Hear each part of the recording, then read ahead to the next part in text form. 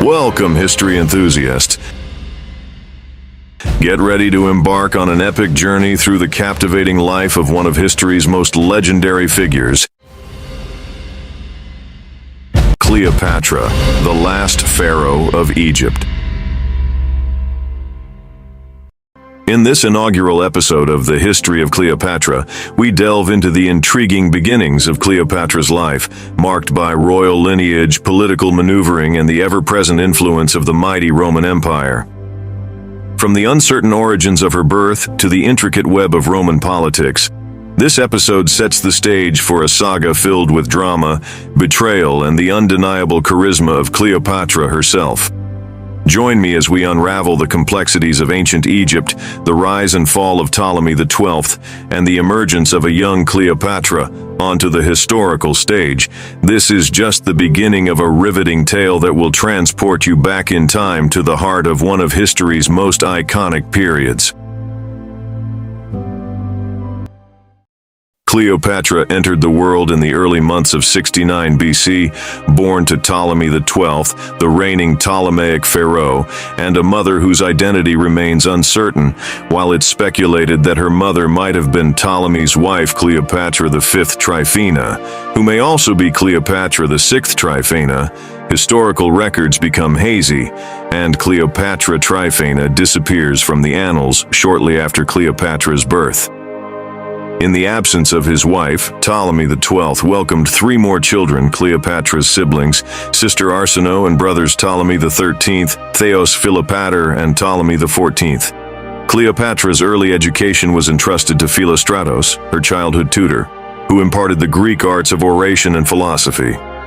As she matured, Cleopatra likely pursued studies at the museum, including the renowned Library of Alexandria. In 65 BC, Roman censor Marcus Licinius Crassus put forth a proposition before the Roman Senate advocating for the annexation of Ptolemaic Egypt. Despite his efforts, both his proposal and a similar one presented by tribune Servilius Rullus in 63 BC faced rejection. Faced with the looming threat of annexation, Ptolemy XII took a strategic approach, offering substantial compensation and extravagant gifts to influential Roman figures. Notably, he courted Pompey during his campaign against Mithridates VI of Pontus, and later extended his generosity to Julius Caesar upon the latter's consulship in 59 BC. Unfortunately, Ptolemy's lavish expenditures led to financial ruin, compelling him to seek loans from the Roman banker Gaius Rabirius Postumus. In 58 BC, the Romans incorporated Cyprus into their territory. Ptolemy's brother, Ptolemy of Cyprus, faced accusations of piracy and chose to end his life rather than undergo exile to Paphos. Ptolemy XII, in the wake of his brother's death, maintained a public silence. This, combined with relinquishing traditional Ptolemaic lands to the Romans, eroded his standing among a populace already angered by his economic policies. Subsequently, Ptolemy XII was forcefully expelled from Egypt and embarked on a journey that took him to Rhodes, then Athens, and eventually to the villa of Triumvir Pompey in the Alban Hills near Praeneste, Italy. Ptolemy XII lingered on the outskirts of Rome for nearly a year, ostensibly accompanied by his 11-year-old daughter, Cleopatra. Meanwhile, Berenice IV took proactive measures by sending an embassy to Rome to advocate for her rule and oppose the reinstatement of her father. In response, Ptolemy orchestrated the assassination of the embassy's leaders, a grim incident shielded from public scrutiny by his influential Roman supporters. Despite seeking an armed escort and provisions for a return to Egypt from the Roman Senate, Ptolemy XII faced denial. Consequently, in late 57 BC, he opted to depart Rome and take up residence at the Temple of Artemis in Ephesus. The Roman backers of Ptolemy XII were resolute in their efforts to reinstate him to power.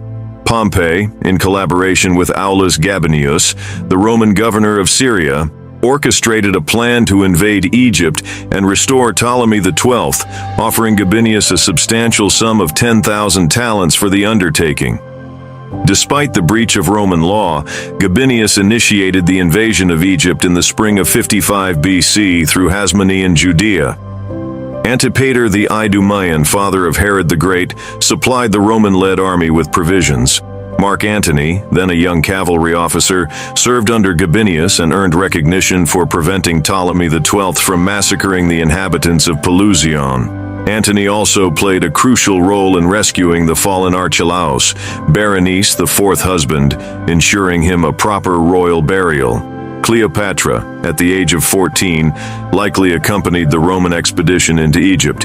Years later, Antony would declare that it was during this time that he fell in love with her. Following his trial in Rome for abusing authority, Gabinius was acquitted, only to face a second trial for accepting bribes, resulting in his exile. 7 years later, in 48 BC, Caesar recalled him from exile. Crassus took over as governor of Syria and expanded his provincial command to include Egypt. Unfortunately, Crassus met his demise at the Battle of Carrhae in 53 BC at the hands of the Parthians. Meanwhile, Ptolemy XII took drastic measures, executing Berenice and her affluent supporters and seizing their assets. In Alexandria, he permitted the Gabiniani, a predominantly Germanic and Gallic Roman garrison formerly under Gabinius, to harass the populace. Additionally, he appointed his longtime Roman supporter, Rabirius, as the chief financial officer.